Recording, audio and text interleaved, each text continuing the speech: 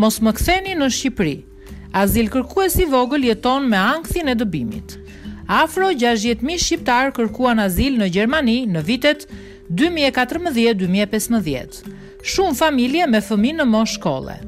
Enti Federal i Migracionit ka refuzuar thuajse të gjithë shtetasit shqiptar, por procedurat zgjatin deri në 3 vjet. Ndërkohë fëmijët shkojnë në përshkolla dhe thurin ëndra për të ardhmen, prej të cilëve duhet të heqin dorë kur të kthehen në atë dheun e tyre.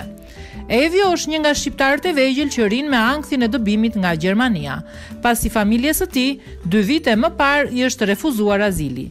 Prej 2 vitesh ai shkon në shkollë në Berlinin lindor. Ëndra e tij është të bëhet mjek, por ai nuk e di nëse do të jetë aty edhe pas 1 muaji. Në një vizitë në klasën e tij në orën e biologjisë të bën përshtypje qetësia dhe komunikimi miqësor me mësuesen. Këtë e tregon dhe vetë Evjo. Nuk bërtasin si në Shqipëri, thot ai. Teksa pyetet si është kthimi në Shqipëri, përgjigja që merr është e dhimbshme. Shumë keq, as mësuesit e as shkollat nuk janë të mira, thot ai duke shtuar se gjithsesi ai tashmë e ka një plan.